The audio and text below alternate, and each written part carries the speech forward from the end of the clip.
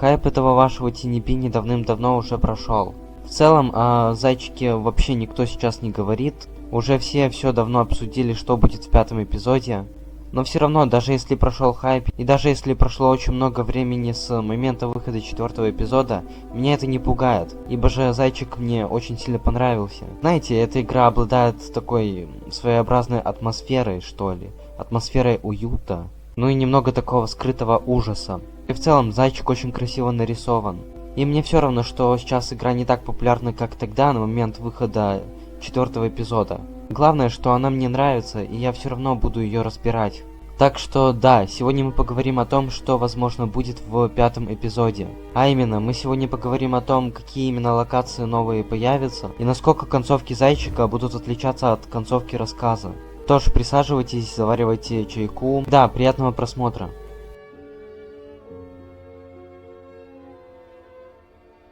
Итак, хочу я начать, пожалуй, с того, что сам Сайкона, это, если что, разработчик игры Tiny Bunny. Нам разраб говорил, что в 5-м эпизоде Зайчика появятся локации 3D. Да, мы сможем ходить в Зайчике. И, как по мне, это очень круто. Также разработчик нам показывал, как он делал зверей и Луну в 3D. И вы даже не представляете, как я хочу походить в Зайчике, это просто... Также Сайкона нам говорил, что в игре будет очень много концовок, возможно даже 10. Но, как я уже строил теории на моем канале, обязательно будет концовка, где Антон приведет зверей к дому Полины. Если вам интересно, почему такой конец обязательно должен быть, то вот объясняю. По логике, эта концовка должна быть в ветке изгоя, так как в этой ветке мы не дружим ни с нашими друзьями, ни с Полиной. Полина в этой ветке нас предает, да и тем более мы с ней потом ссоримся. Так что да, я думаю, такая концовка обязательно должна быть. Ну и в принципе, еще одна причина, почему эта концовка должна быть, заключается в том, что игра сделана по рассказу. То есть да, она не в точь-в-точь сделана, но она имеет много чего общего с рассказом. И поскольку она сделана по рассказу, то, ну значит, разработчики обязаны просто сделать концовку из рассказа. Как опять же, не Сайкона придумал всю эту идею с зайчиком, со зверями, с этим вот хоррором в деревне. Нет. Ее придумал Дмитрий Лордас.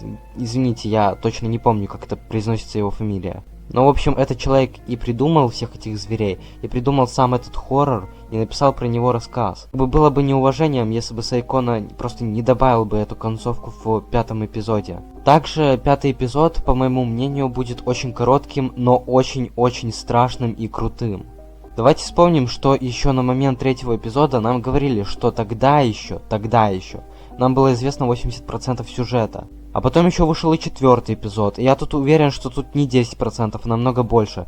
И представьте, что на 5-й эпизод остается всего лишь 4 или 3%. Но оно в принципе логично, потому что раз этот эпизод будет самым страшным и самым последним, то естественно он будет самым коротким. Потому что, опять же, разработчики не будут затрачиваться на длинный эпизод, делая при этом очень крутых персонажей и очень крутые локации. В общем, я думаю, что 5-й эпизод будет короче всех остальных. Также, лично я думаю, что в этой игре не будет прям такого хэппи-энда или каких-нибудь шуточных или счастливых концовок.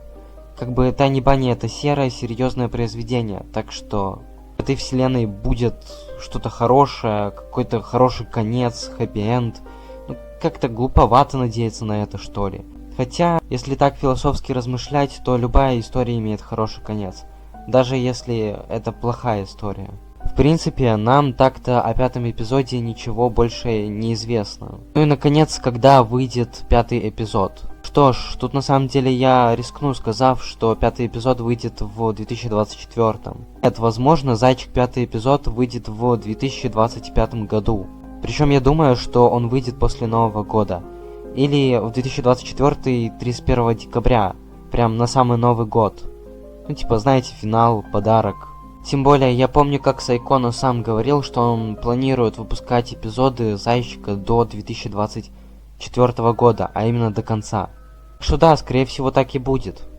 Если вам понравился данный ролик, то попрошу поставить лайк и проявить хоть какую-то активность, подписаться. Это мотивирует меня делать контент, и да, я пропадал на долгое время на ютубе. Пипец. Если честно, рано или поздно так можно вообще забыть, как делать видосы. Но пока основных больших роликов не было, я делал для вас шортс. Все же, даже если у меня не было времени, я старался что-то выпускать на этот канал. Так что, пожалуйста, прошу ценить это. И да, опять же, подписывайтесь, делитесь этим видео с друзьями. И что ж, желаю всем удачи, всем пока.